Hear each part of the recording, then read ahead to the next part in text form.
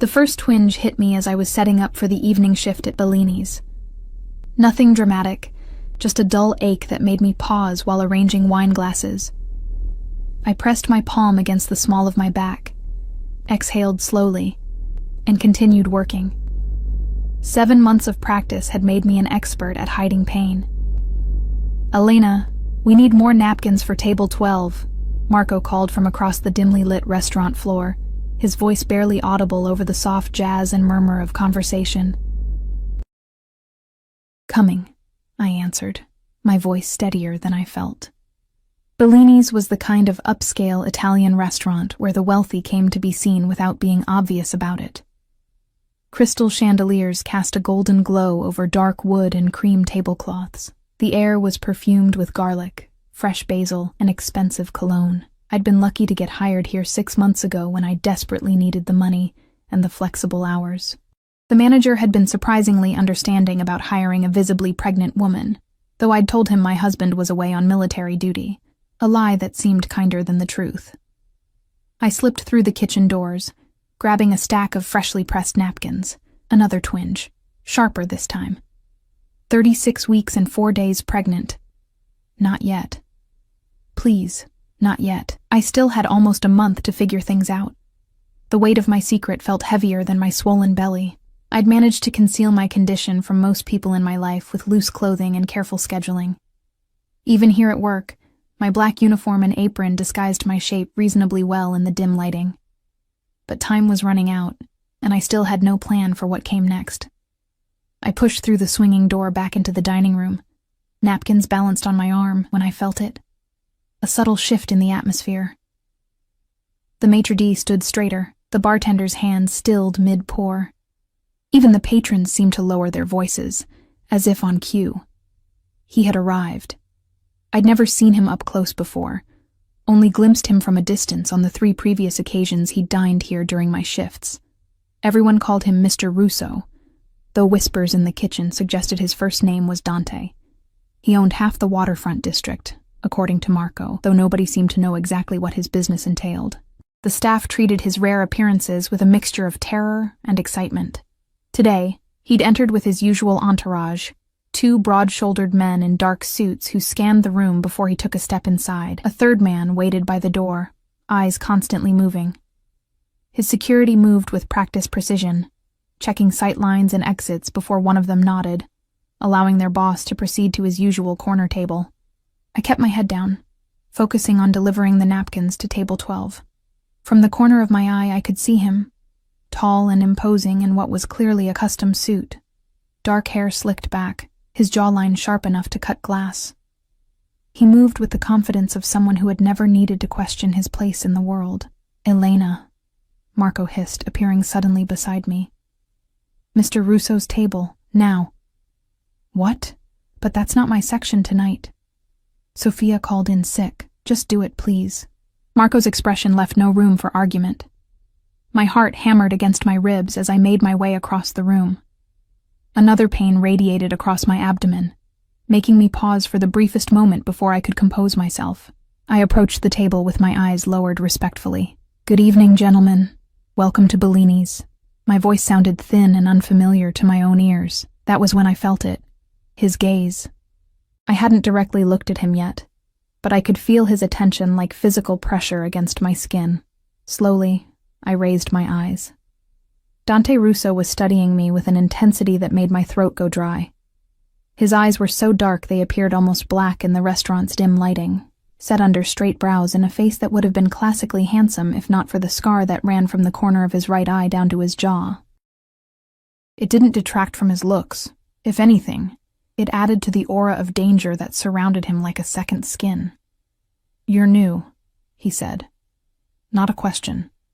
His voice was deeper than I'd expected, with just a trace of an Italian accent. "I've been here 6 months, sir," I corrected gently, immediately regretting my boldness. Something flickered in his expression. Surprise, perhaps, that I'd contradicted him. Then his mouth curved slightly, not quite a smile. 6 months, and we haven't met." One of his men shifted uncomfortably. I noticed they remained standing while he sat, positioned to see every corner of the restaurant.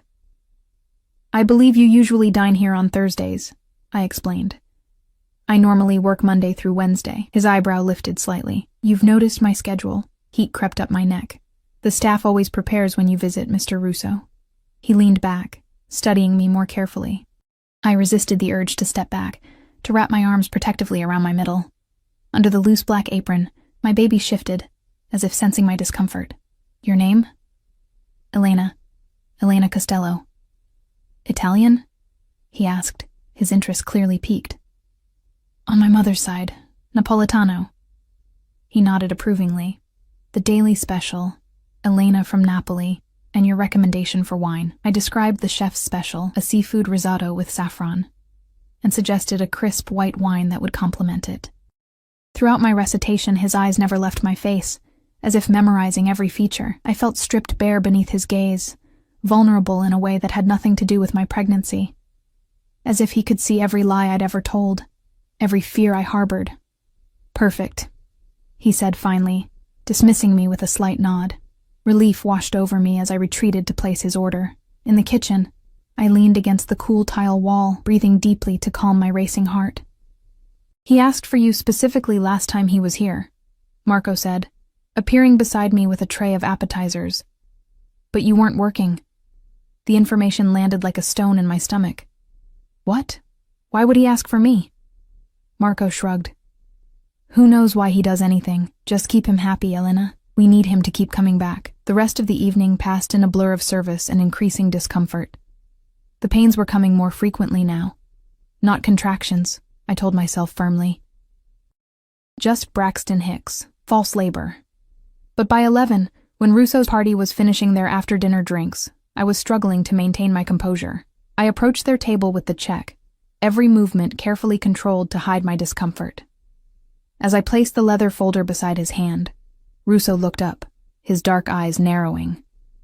You're in pain, he stated flatly. I'm fine, sir, I said quickly. Too quickly. His eyes dropped to my midsection, then back to my face. For a terrifying moment, I thought he'd seen through my disguise, but he simply reached into his jacket and extracted a money clip thick with $100 bills. He placed several in the folder without checking the bill, then added another folded bill and handed it directly to me. For your excellent service, he said, his fingers brushing mine as I accepted it. The contact sent an unexpected shiver up my arm. His hand was warm and dry, his touch deliberately gentle despite the raw power evident in his frame. Our eyes met, and for an instant, something passed between us, a current of recognition I couldn't explain. Thank you, Mr. Russo. I tucked the folded bill into my apron pocket without looking at it. He stood, adjusting his cuffs, and I was struck by how much space he seemed to occupy, not just physically, but as if his presence expanded to fill the room. His security immediately moved into formation around him. Until next time, Elena from Napoli, he said, his voice low enough that only I could hear. I watched him leave, tension draining from my shoulders only when the restaurant door closed behind his entourage. When I finally checked the tip he'd left me, I gasped. $1,000. Folded around a business card bearing only his name and a phone number. By the time I finished my shift, the pains were unmistakable. My water hadn't broken, but something was definitely happening. I changed in the employee restroom, my hands shaking as I removed my work clothes and pulled on a loose dress. The hospital bag I'd packed weeks ago waited in my locker, a precaution I'd taken despite having nearly a month until my due date. Outside, rain had begun to fall, turning the April night chilly and damp. I pulled my coat tighter around me, adjusting the strap of my hospital bag on my shoulder as I headed for the bus stop. The restaurant was in the upscale part of the city, but my apartment was a 45-minute bus ride away, in a neighborhood that grew more dangerous by the month. I couldn't afford better, not on a waitress's salary, not with a baby coming. The father of my child had disappeared the moment I'd told him about the pregnancy, cleaning out our shared bank account before vanishing. I later discovered he'd been involved with loan sharks and underground gambling, debts I knew nothing about until debt collectors started calling. I'd moved, changed my number, cut ties with our mutual friends, started over, alone. As I approached the bus stop, another pain gripped me, stronger than before. I gasped, clutching the metal pole for support. When it passed, I checked my phone. The last bus had left 10 minutes ago. I'd have to call a rideshare, an expense I couldn't really afford. Ms. Costello. The voice behind me sent ice through my veins. I turned slowly to find one of Russo's security men standing beside a black SUV with tinted windows. The vehicle was idling at the curb, its engine a quiet purr in the rainy night. "Mr. Russo noticed you might need assistance," the man said, his face expressionless. "He offers you a ride home." Through the open rear window, I could see Dante Russo watching me, his face half in shadow. Our eyes met across the rain-slicked street, and another pain chose that moment to tear through me. I doubled over, dropping my hospital bag. Its contents spilled onto the wet sidewalk. Prenatal vitamins, a nightgown, newborn diapers, and a tiny yellow onesie. For a moment, no one moved. Rain pattered on the scattered items, soaking the onesie. Then Russo was suddenly there, moving with surprising speed for such a large man. He knelt beside me, gathering my fallen belongings with his own hands, while his security watched in evident shock.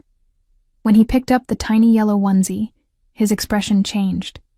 He looked from the baby clothes to my face, then to my midsection where my coat had fallen open, revealing the unmistakable curve of late pregnancy. "You're with child," he said softly, the Italian accent thickening in his surprise. I couldn't speak, frozen in humiliation and fear. He held the onesie in his large hand, rubbing the soft fabric between his fingers. Something crossed his face, a complex emotion I couldn't identify. Then his eyes hardened as they met mine. "You lied to me," Russo said, his voice dangerously quiet. Before I could respond, another contraction seized me, more powerful than any before. I gasped, clutching my belly, suddenly certain that this baby was coming, ready or not. As my knees buckled, I felt strong arms catch me. The world tilted as Russo lifted me effortlessly. "Hospital," he commanded his men, carrying me toward the SUV. "Now." The last thing I saw before he placed me gently in the back seat was his face, hard as granite, but with eyes that burned with something that looked unsettlingly like possession. The interior of the SUV smelled of expensive leather and Russo's subtle cologne, sandalwood with hints of amber and spice. Rain drummed against the tinted windows as we pulled away from the curb, tires hissing on wet pavement. I clutched the edge of the seat, another contraction building. "Breathe," Russo instructed, his voice unexpectedly gentle. He sat beside me, closer than necessary in the spacious back seat, his security men in front. The driver navigated through late-night traffic with practiced efficiency, while the other man spoke quietly into a phone. "I'm fine," I managed, though the pain stealing my breath suggested otherwise. "This is just... Don't lie to me again." His tone was soft, but carried a warning that made me shiver. "You're in labor." I met his gaze, finding no room for argument in those dark eyes. "It's too early," I whispered. "Almost 4 weeks early." Something flickered across his face. "Concern? First child?" I nodded, another contraction preventing further response. This one lasted longer, the pain wrapping around my lower back like a vice. When it passed, I found Russo watching me intently, tracking the duration on an expensive watch. 8 minutes apart, he noted. "Regular. You seem knowledgeable about childbirth for a..." I stopped myself, suddenly aware of what I'd been about to say. His mouth curved slightly. "For a what, Elena? A criminal?" When I didn't answer, he continued. "I have 4 younger siblings. I was present for each birth." This glimpse into his personal life surprised me. I couldn't reconcile the image of a devoted brother with the man whispered about in fearful tones. Before I could respond, the security man in the passenger seat turned. "St. Mary's is closest, boss. 10 minutes. "No," I said sharply, earning surprised looks from both men. "Not St. Mary's. I'm registered at Metropolitan General." In truth, I couldn't afford St. Mary's private rooms and specialized care. Metropolitan's public ward was my only option with my limited insurance. Russo studied me for a moment, understanding dawning in his eyes. "Metropolitan's maternity ward is overcrowded and understaffed," he stated flatly. "St. Mary's. I can't afford..." "Money is not your concern." His tone brooked no argument. I wanted to protest. but another contraction stole my words. This one brought tears to my eyes, the pain sharper, more insistent. Without hesitation, Russo took my hand, offering it to me to squeeze. His palm was warm against mine, calloused in places I wouldn't have expected for a man who wore custom suits. "The father?" he asked when the contraction passed, his voice carefully neutral. I withdrew my hand from his, not in the picture. "His choice or yours?" "His. He left when he found out." I didn't know why I was telling him this, revealing my vulnerability to a man rumored to exploit any weakness. Perhaps it was the pain, or the strange intimacy of the moment. Being driven through rainy streets in his private car, while my body prepared to bring new life into the world. Russo's expression hardened, a muscle ticking in his jaw. "His name?" The question carried weight beyond simple curiosity. I recognized the dangerous undercurrent and chose my words carefully. "It doesn't matter. I haven't seen him in months. It matters," he said softly. "A man who abandons his child and their mother deserves consequences." A chill ran through me that had nothing to do with labor. I changed the subject. "Why are you helping me, Mr. Russo?" He looked out at the rain-slicked streets for a long moment before answering. "I have my reasons." The cryptic response should have frightened me, but strangely, it didn't. Despite his reputation and the obvious danger he represented, I felt safer in his presence than I had in months. Perhaps it was hormones clouding my judgment, or simply the relief of not facing labor alone. We arrived at St. Mary's private entrance, where a medical team awaited with a wheelchair. I later learned Russo had called ahead, ensuring the hospital's best obstetrician would be present despite the late hour. Everything moved quickly after that. Admission forms signed with a flourish by Russo himself, a private suite prepared, nurses checking my vitals and the baby's heartbeat. Through it all, Russo remained. He stationed his men outside my door and stayed within the room, his presence filling the space even when he stood silently by the window. Doctors and nurses treated him with deference, nobody questioning his right to be there. I was too caught up in the accelerating labor to protest. 6 centimeters dilated, the doctor announced after examining me. Moving faster than typical for a first birth. "The baby's okay?" I asked anxiously. "It's not too early. 36 weeks is considered late preterm," she reassured me. "The lungs are typically mature, but we'll have the NICU team standing by as a precaution." Another contraction gripped me, stronger than before. I cried out, unable to maintain my usual stoic facade. When it passed, I found Russo at my bedside, offering a cup of ice chips. "You should go," I told him, embarrassed by my disheveled state and the intimacy of the situation. "This could take hours." "I'll stay," he replied simply, as if it were already decided. "Why?" I demanded, frustration breaking through my composure. "You don't know me." His dark eyes held mine. "I know enough." Before I could question him further, the strongest contraction yet crashed over me. I gasped, clutching the bed rail. Without hesitation, Russo took my hand again, his strength anchoring me through the pain. Hours blurred together after that, pain building to nearly unbearable levels, nurses checking progress, Russo a constant presence by my side. He spoke little, but was attentive to every need, sometimes anticipating them before I could voice them. He wiped sweat from my brow with cool cloths, offered encouragement when I felt I couldn't continue, and never once showed discomfort at the raw, primal nature of childbirth. In the early hours of the morning, as dawn light began filtering through the window blinds, my daughter was born, small but perfect. With a strong cry that filled the room, the doctor placed her on my chest, her tiny body warm and wriggling against my skin. I stared in wonder at her face, her dark hair still damp, her eyes squeezed shut against the brightness of the world.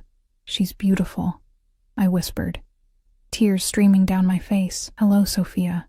I'd chosen the name months ago, after my grandmother, a woman of remarkable strength who had raised 5 children alone after being widowed young. Looking at my daughter's perfect face, I knew she would need that same strength. When I finally looked up from my newborn's face, I found Russo watching us with an expression I couldn't interpret, something raw and almost painful in his usually guarded features.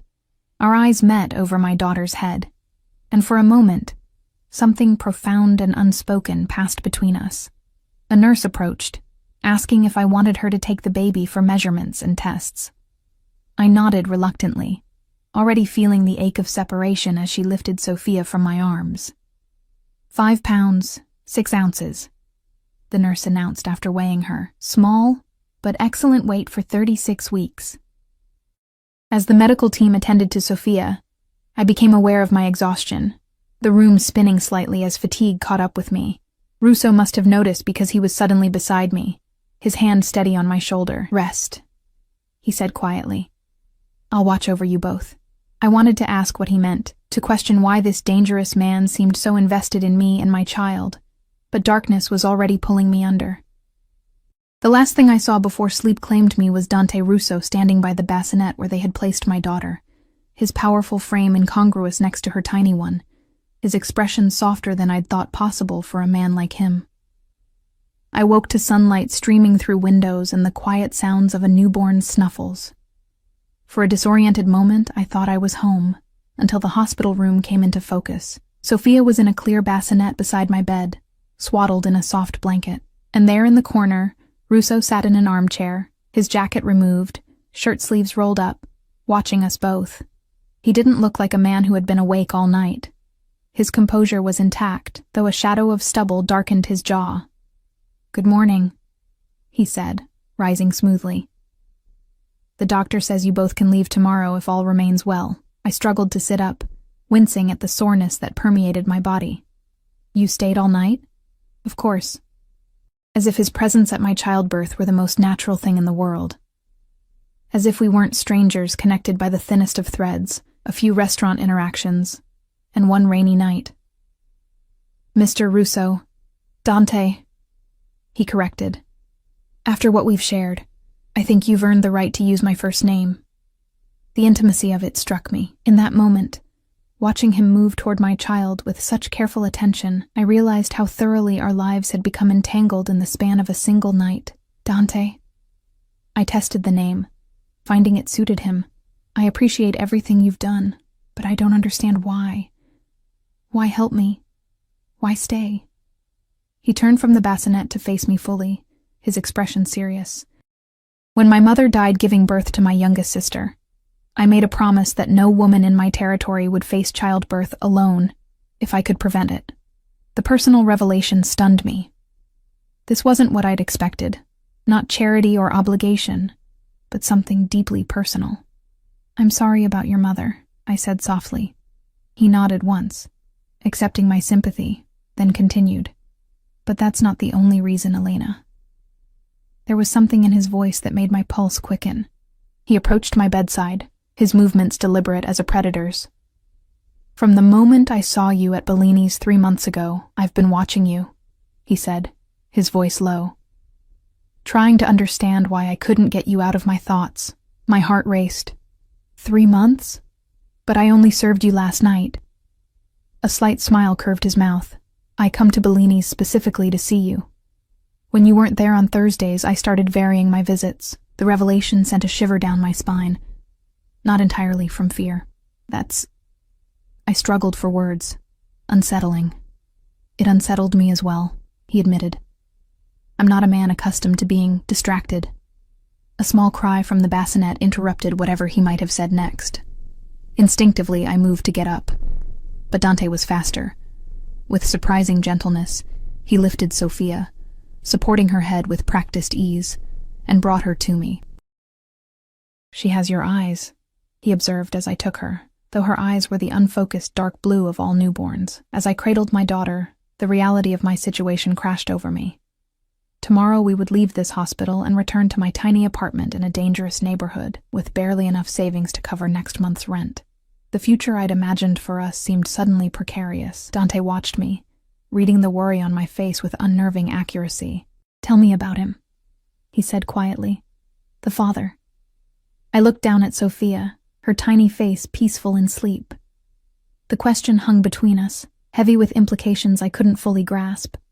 Something told me that whatever I revealed to Dante Russo about my past would set events in motion that couldn't be stopped. "His name was Michael," I finally said, my voice barely above a whisper. "Michael Reyes.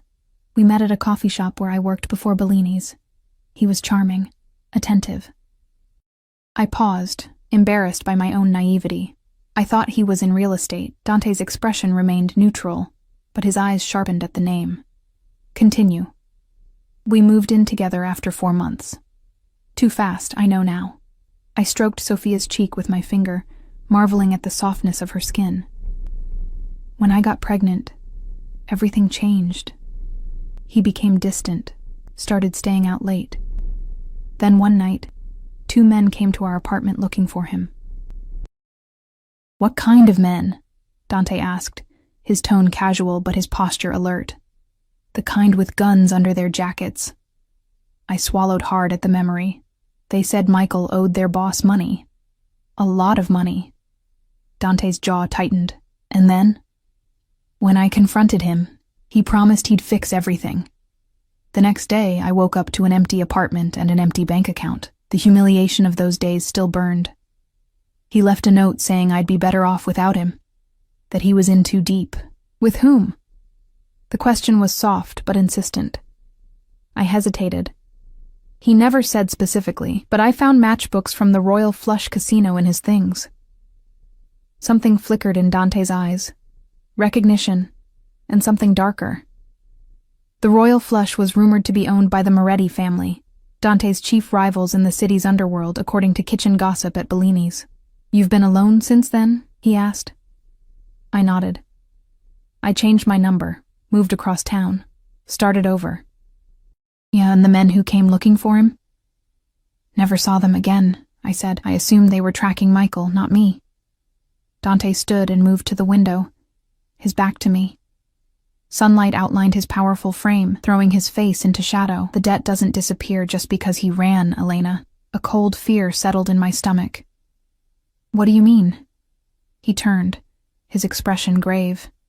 The Moretti family doesn't forgive debts. If Michael borrowed from them, they consider that debt transferable to his family. But I'm not his family, I protested. We weren't married. Dante's gaze dropped to Sophia. You carry his child. To them, that's enough. The implication stole my breath. I pulled Sophia closer, protective instincts surging. Are you saying they might come after us? After my baby? It's a possibility you need to consider. He returned to my bedside, his presence both intimidating and reassuring. How much did he take? I swallowed hard. Almost $30,000. Our savings, plus a loan I'd taken out for a small business I wanted to start. Dante nodded, as if confirming something to himself. And how much do you think he owed? I don't know exactly. The men who came, they mentioned 6 figures. A muscle ticked in Dante's jaw. I need to make some calls. Will you be all right for a few minutes? The sudden shift in his demeanor, from intense focus on my story to business-like efficiency, left me disoriented. Yes, of course.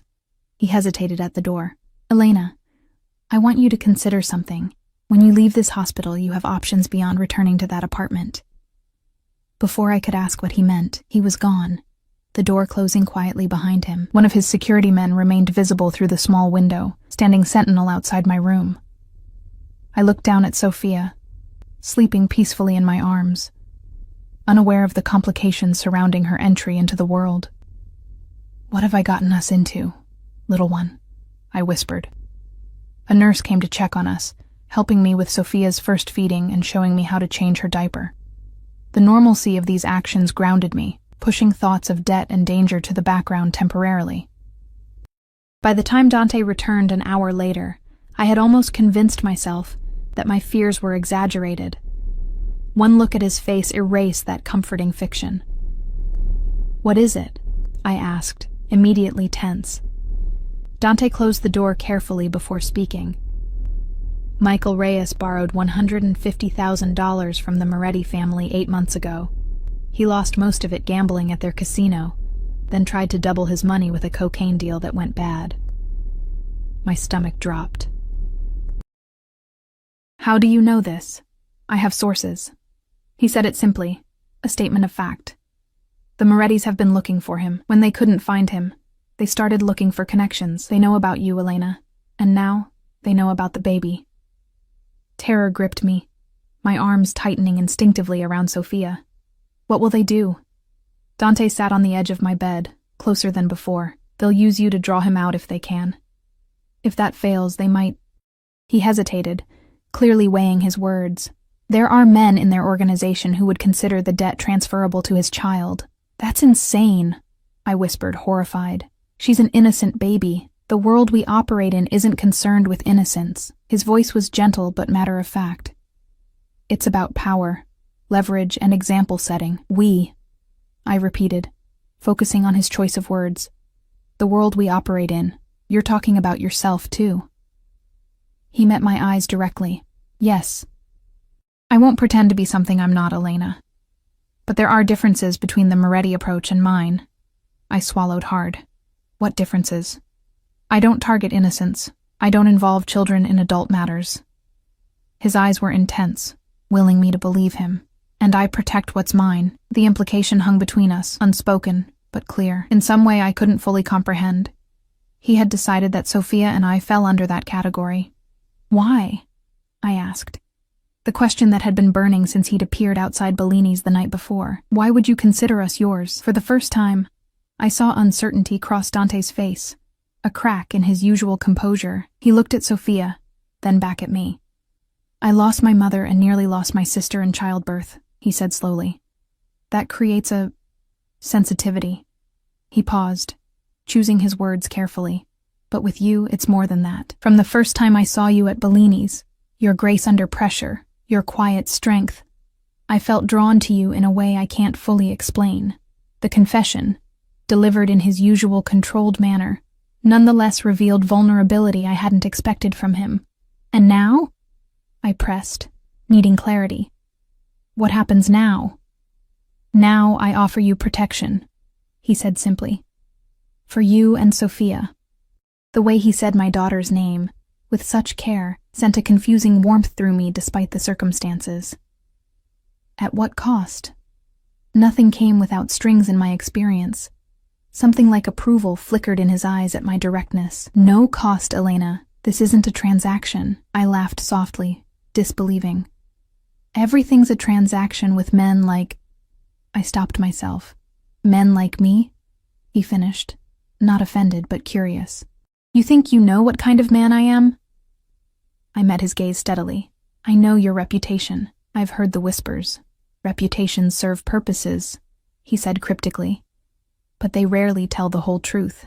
A nurse entered then, breaking the tension between us. She checked Sophia's vitals and mine, made notes in my chart, and informed us that the doctor would be by later to discuss our discharge tomorrow. When we were alone again, Dante moved to the window, giving me space. "You don't need to decide anything today," he said, his back to me. "Rest, recover, bond with your daughter. We'll talk more tomorrow." I was too exhausted to argue, the emotional and physical toll of the past 24 hours catching up with me. I dozed while Sophia slept in her bassinet, waking occasionally to feed her or simply stare in wonder at her perfect features. Through it all, Dante remained, sometimes sitting in the armchair reading messages on his phone, sometimes standing by the window in quiet contemplation. His security rotated shifts outside my door, a constant reminder of his power and reach. By evening, flowers had begun arriving. Tasteful arrangements from the hospital gift shop at first, then more elaborate bouquets from the city's most exclusive florist. No cards accompanied them, but I knew they were from Dante. The room gradually transformed into a fragrant garden, nurses commenting on the display with barely concealed curiosity about my mysterious benefactor. Dante left briefly around dinner time, returning with containers of homemade food that put the hospital offerings to shame. Delicate pasta in a light cream sauce, fresh bread, and a salad with ingredients so fresh they must have come from someone's private garden. "You need to keep up your strength," he explained, setting up the meal on the adjustable table across my bed. "Hospital food won't do that. You didn't have to. I wanted to." He served me himself, then took a seat in the chair by my bed with his own portion. My mother always said food was medicine, especially for new mothers. We ate in surprisingly comfortable silence, the normalcy of sharing a meal creating a strange bubble of intimacy in the sterile hospital room. When Sophia began to fuss, Dante took my plate without being asked, allowing me to lift her from the bassinet. "May I hold her?" he asked after I'd soothed her, the request catching me off guard. I hesitated only briefly before nodding. With practiced ease that spoke of his experience with his siblings, Dante gathered Sophia into his arms, supporting her head perfectly. The contrast between his powerful frame and her tiny body was striking. His hand alone was nearly the size of her entire torso. Yet he held her with exquisite gentleness, studying her face with undisguised fascination. "She has your chin," he observed, "and your eyebrows. The doctor says her eye color might change. But I think they'll stay dark," I said, watching them together with a mixture of emotions I couldn't sort through, like yours. The observation slipped out before I could consider its implications. Dante looked up sharply, something unreadable flashing in his eyes. For a suspended moment, we stared at each other, the air between us charged with possibilities neither of us had voiced. Sophia broke the tension with a tiny sneeze that made us both smile. "Perfect," Dante murmured, looking back down at her. "Absolutely perfect." As night fell, a nurse brought a reclining chair for Dante when it became clear he intended to stay again. I should have felt uncomfortable with his continued presence, but instead found myself grateful. The thought of facing the night alone, especially after what he'd told me about the Morettis, was more frightening than having this dangerous man watching over us. After settling Sophia in her bassinet after a late feeding, I finally asked the question that had been building all day. "If I accept your protection, what exactly does that mean?" Dante, who had been looking at his phone, set it aside and gave me his full attention. "It means you and Sophia come to stay at my home until we resolve the situation with the Morettis and ensure your safety." "Your home," I repeated, the implications settling heavily. "I have a secure property outside the city, private, gated with excellent security." His tone was matter-of-fact, as if offering standard accommodations rather than entry into his personal space, a privilege I suspected few were granted. "You would have your own suite of rooms, complete privacy when you want it." "And Michael?" I couldn't help asking. "What happens if you find him?" Dante's expression hardened slightly. "He pays his debt, one way or another." The implicit threat should have horrified me. Instead, I felt a complicated mix of emotions. Concern for a man I had once loved, anger at his betrayal, and a disturbing relief that Dante seemed willing to handle a problem I couldn't solve alone. "I need time to think," I said finally. He nodded. "Of course. But Elena..." His eyes held mine with quiet intensity. "Time is a luxury you may not have much of." Morning arrived with soft golden light filtering through the window blinds and the gentle sounds of Sophia stirring in her bassinet. I blinked away sleep, momentarily disoriented until the hospital room came into focus. My gaze immediately sought Dante, finding him standing by the window, phone pressed to his ear as he spoke in hushed Italian. His suit was different. Someone must have brought him fresh clothes overnight.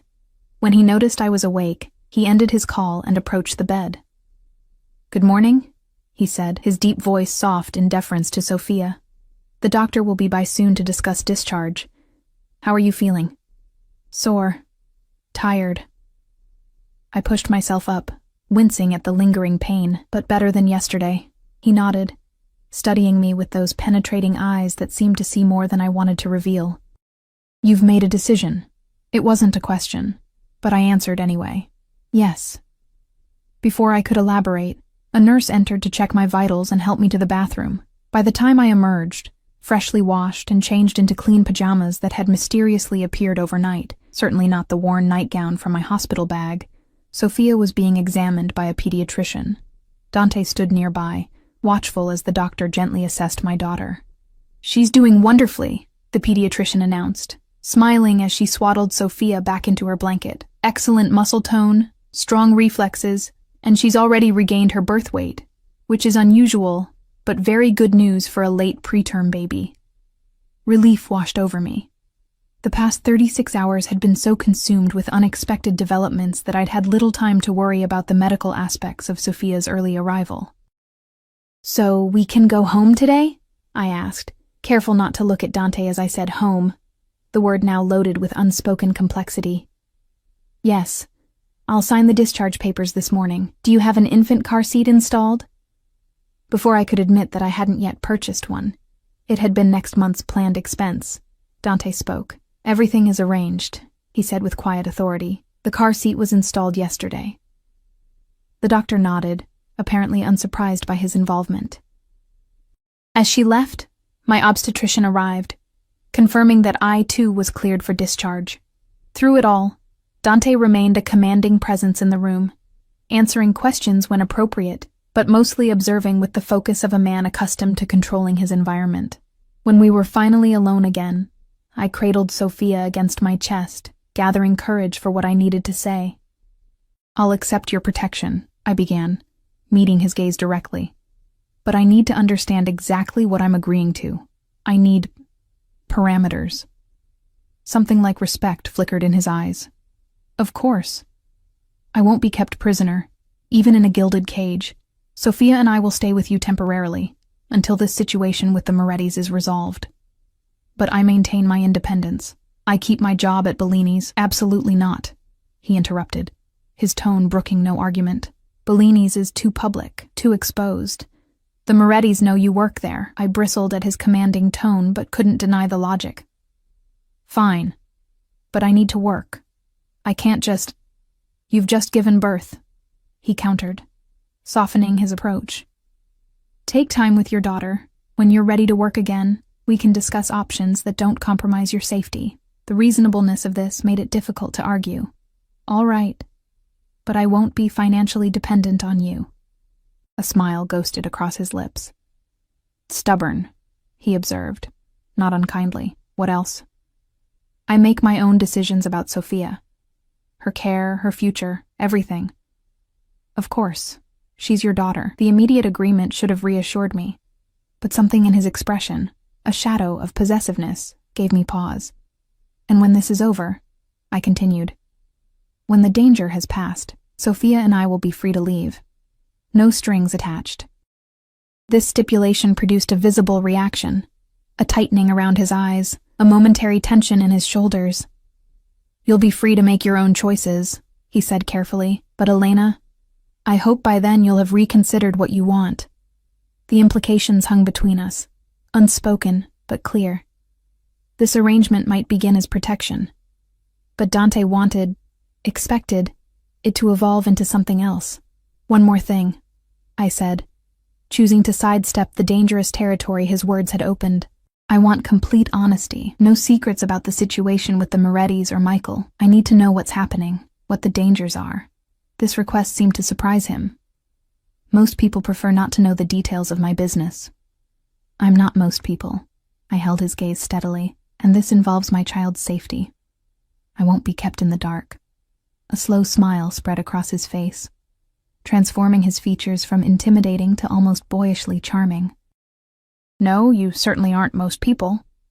He considered for a moment, then nodded. "Honesty, then. Though there may be times when partial information is safer." It wasn't a complete victory, but it was more than I'd expected. I extended my hand formally, feeling oddly like I was signing a contract with the devil, a very well-dressed, unexpectedly gentle devil. "We have a deal." Dante took my hand, but instead of shaking it, he turned it over and pressed his lips to my inner wrist, just above my pulse point. The gesture was old world, courtly, yet intimate in a way that sent heat rushing to my face. "We have a deal," he agreed, releasing my hand slowly. The remainder of the morning passed in a whirlwind of discharge paperwork, instructions for postpartum care, and preparations to leave. A hospital aide arrived with a wheelchair, standard protocol for discharge despite my insistence that I could walk. As the aide pushed me toward the exit, Sophia bundled securely in my arms. I was struck by the surreal nature of the situation. 3 days ago, I had been a pregnant waitress with a precarious future, alone and afraid. Now I was leaving the hospital with my newborn daughter and a mafia boss who had, for reasons I still couldn't fully comprehend, appointed himself our protector. Outside, a sleek black Mercedes waited at the curb, not the SUV from before. One of Dante's security men opened the rear door, revealing a top-of-the-line infant car seat already installed. With experienced hands, Dante helped me secure Sophia in the seat, checking the straps with meticulous attention. "Your things have been collected from your apartment," he informed me as we pulled away from the hospital. Personal items, clothing, anything for the baby. Is there anything specific you're concerned about? The casual mention of having entered my apartment without permission should have angered me, but I found myself too exhausted to protest. My mother's jewelry box, it's hidden in the loose floorboard under the bed, he finished, nodding. We found it. It's secure. I stared at him, unsettled by his thoroughness. How did you know where to look? I employ careful people. He met my eyes, his expression softening slightly at whatever he saw in my face. Nothing was disturbed more than necessary, Elena, and the jewelry box is untouched. The city fell away as we drove, urban density gradually giving way to affluent suburbs, then to winding roads bordered by manicured woodland. After nearly an hour, we turned onto a private drive marked only by discrete stone pillars. A high wall bordered the property, with security cameras visible at regular intervals. We passed through an imposing gate that opened automatically as we approached, then closed immediately behind us. The house, mansion would be more accurate, came into view as we rounded a curve in the long driveway. Built of pale stone with a slate roof, it sprawled elegantly across manicured grounds, looking like something from a European estate rather than a residence 30 miles outside the city. Fountains played in formal gardens, and I glimpsed a swimming pool glittering in the distance. This is where you live? I couldn't keep the awe from my voice. One of my residences, Dante replied. The most secure one. The car stopped at the front entrance, where a woman in her 60s waited on the steps, dressed simply but elegantly in a navy dress, her silver-streaked dark hair pulled back in a neat bun. She had the bearing of someone comfortable in her authority. That's Rosa, Dante explained, as the driver opened my door. She's been with my family since before I was born. She runs the household.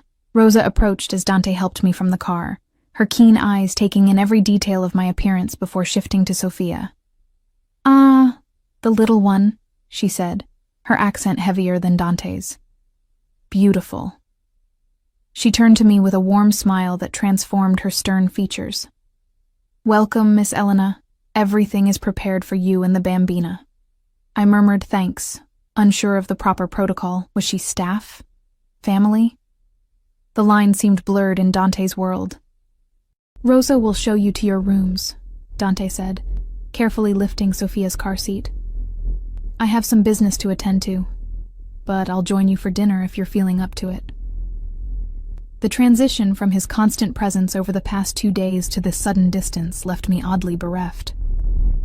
Before I could respond, he handed Sophia to Rosa with clear instructions about her care, then nodded to me and disappeared through massive double doors, flanked by one of his security men.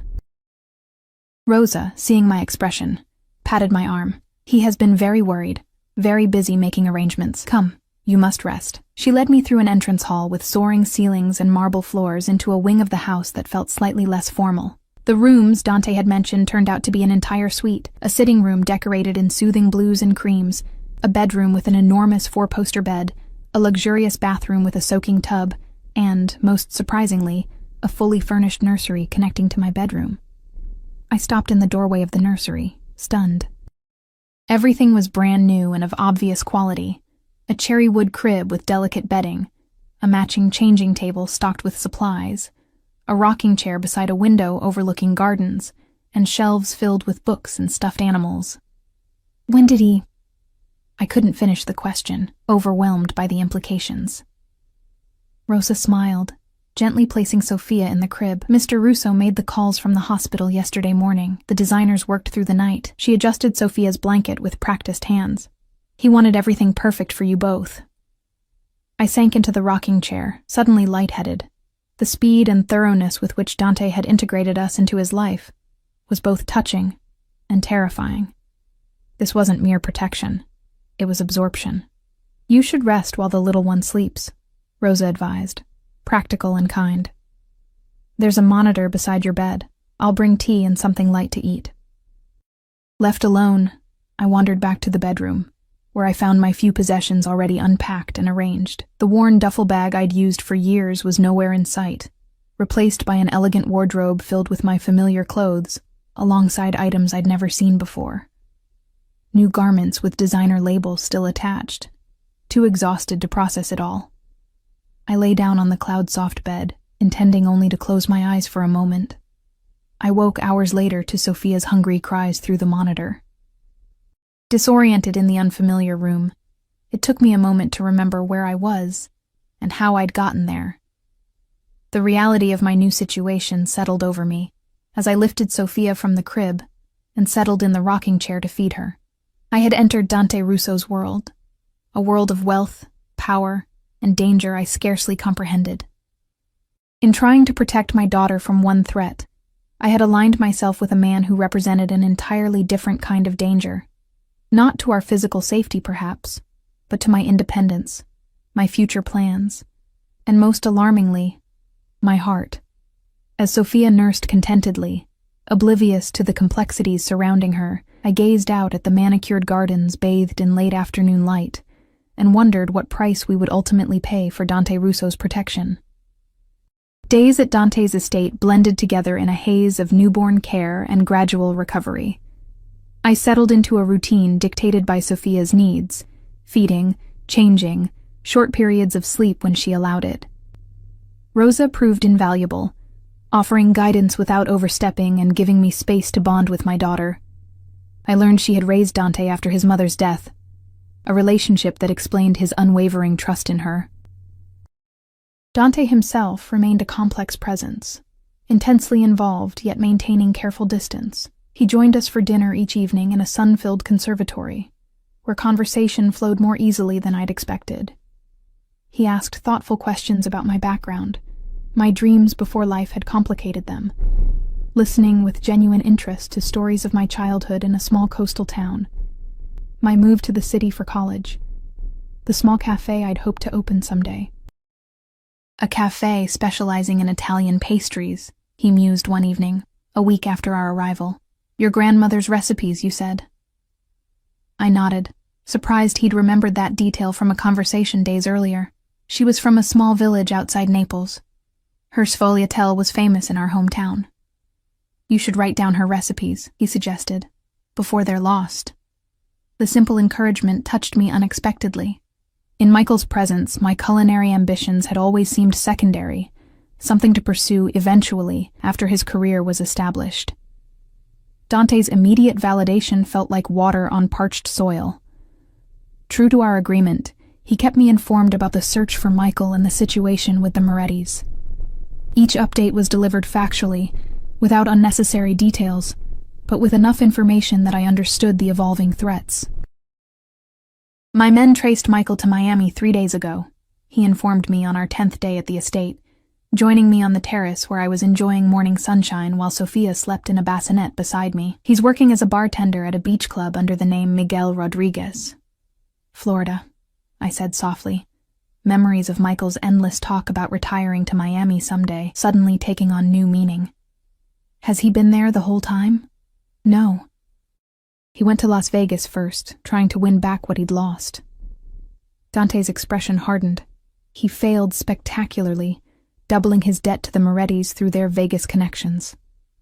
The revelation shouldn't have hurt. Michael had shown his true colors when he abandoned us, but it did. Not because I still loved him, but because his recklessness continued to endanger our daughter. What will you do? I asked, meeting Dante's eyes directly. What do you want me to do? The question startled me. I had assumed Dante would handle Michael according to the rules of his world, not consult me. The power he placed in my hands felt weighty and unexpected. I want him to take responsibility, I said finally, for the debt, for abandoning us. But I don't want...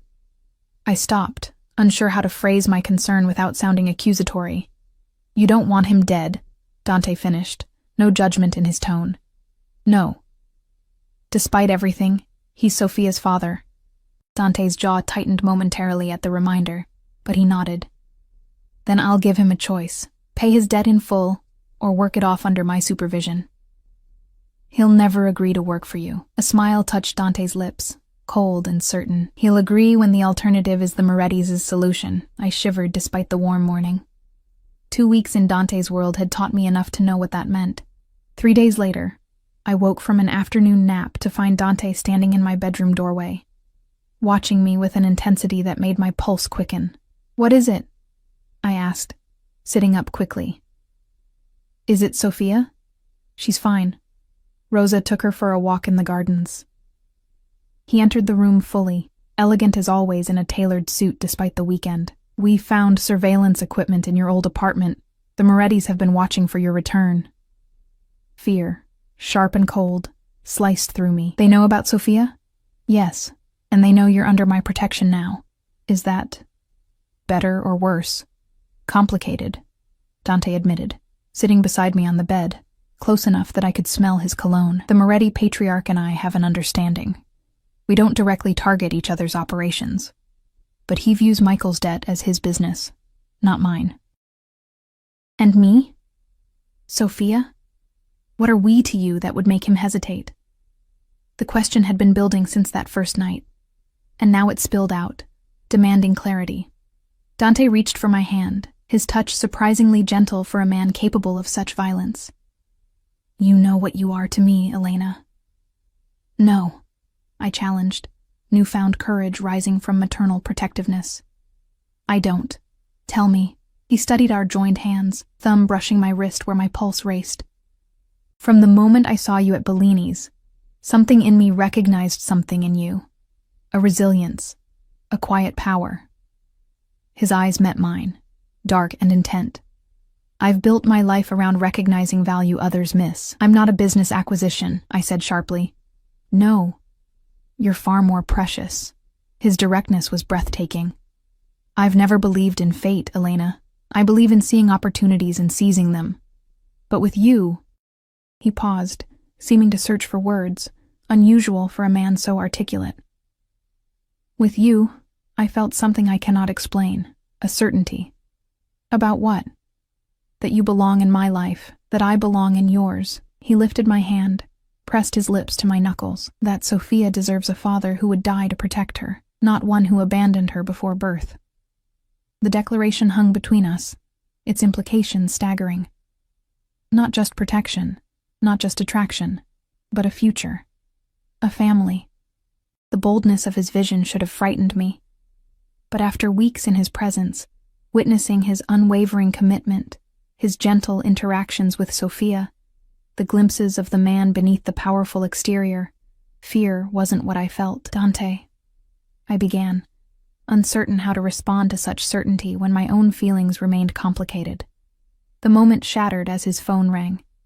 He answered tersely, listening for a moment before his expression darkened. "Bring him," he ordered, ending the call. "What is it?" I asked, immediately tense. "Michael Reyes has been found. He's being brought here." Dante stood, straightening his jacket. "He'll arrive within the hour." "Here? You're bringing him here?"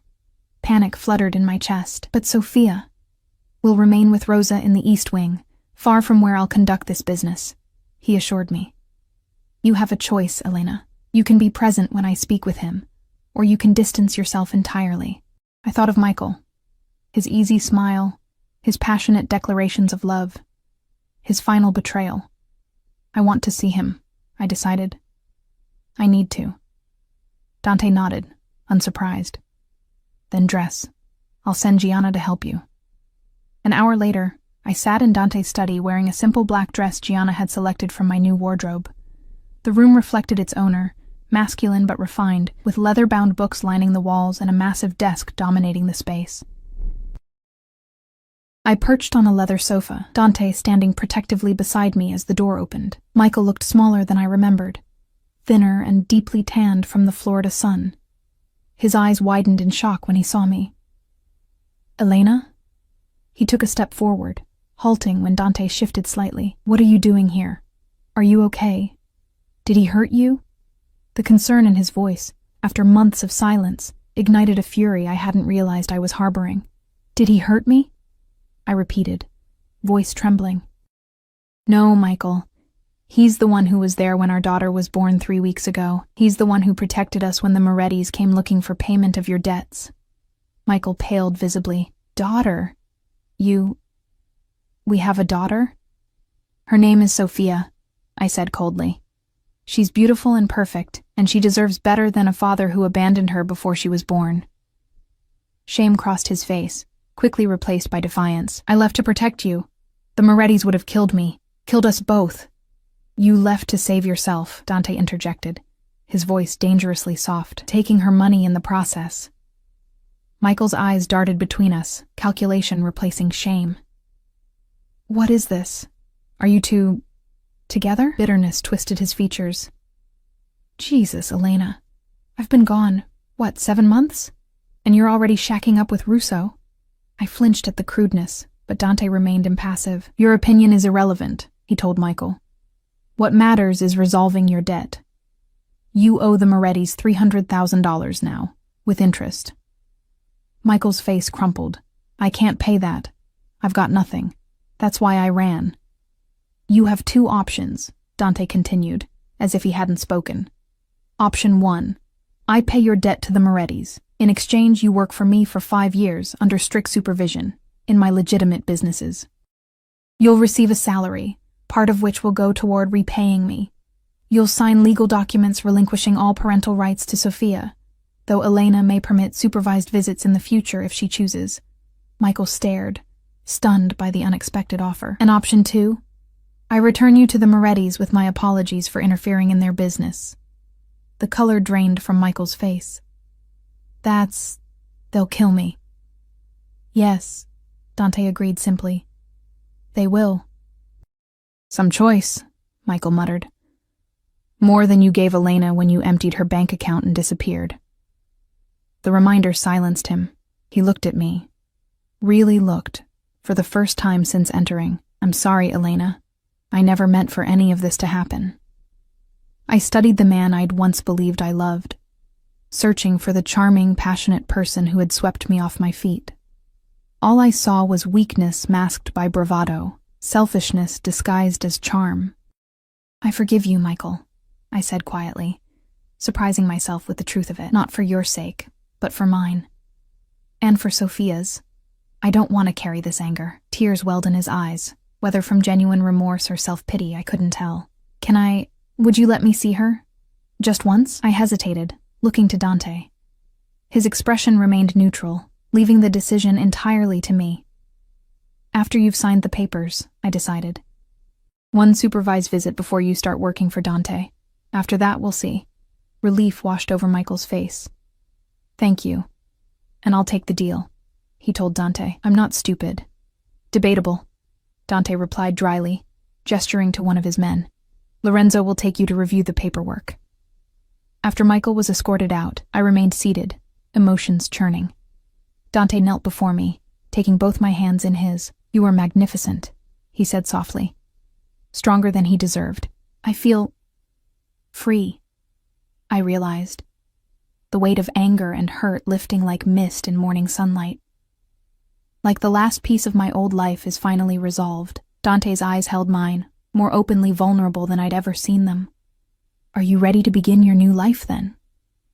The question carried weight beyond the immediate moment. I thought of the past weeks, of Dante's unwavering support, his respectful distance, the way he looked at Sophia with such tenderness. I thought of his confession earlier, the certainty with which he'd claimed a place in our future. I'm not sure I'm ready for everything you want, I admitted honestly.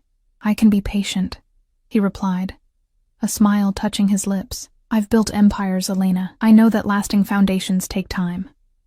The metaphor wasn't lost on me. And what are you building with us? A family. He said it simply, the word carrying a depth of meaning that resonated through me, something neither of us has had for too long. I leaned forward impulsively, pressing my lips to his. The kiss was gentle at first, exploratory, but quickly deepened as Dante responded with carefully restrained passion.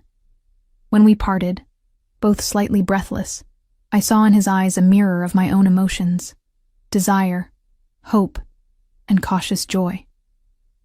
One day at a time, I suggested, smiling as he tucked a strand of hair behind my ear.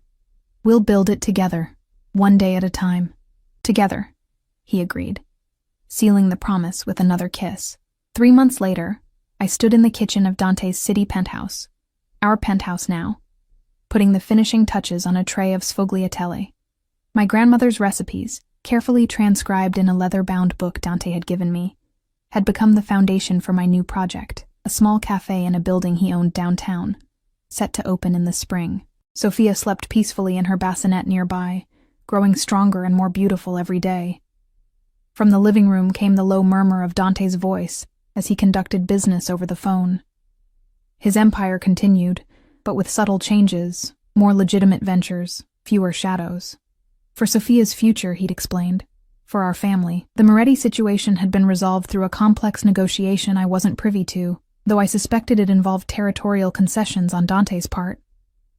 Michael was working at one of Dante's shipping companies in another state, his debt being paid through honest labor. He'd seen Sophia twice, briefly. His interest already waning as the reality of fatherhood proved less appealing than the idea of it. I slid the pastries into the oven, filled with a contentment I'd never imagined possible when I'd first felt those labor pains at Bellini's. Life with Dante wasn't simple.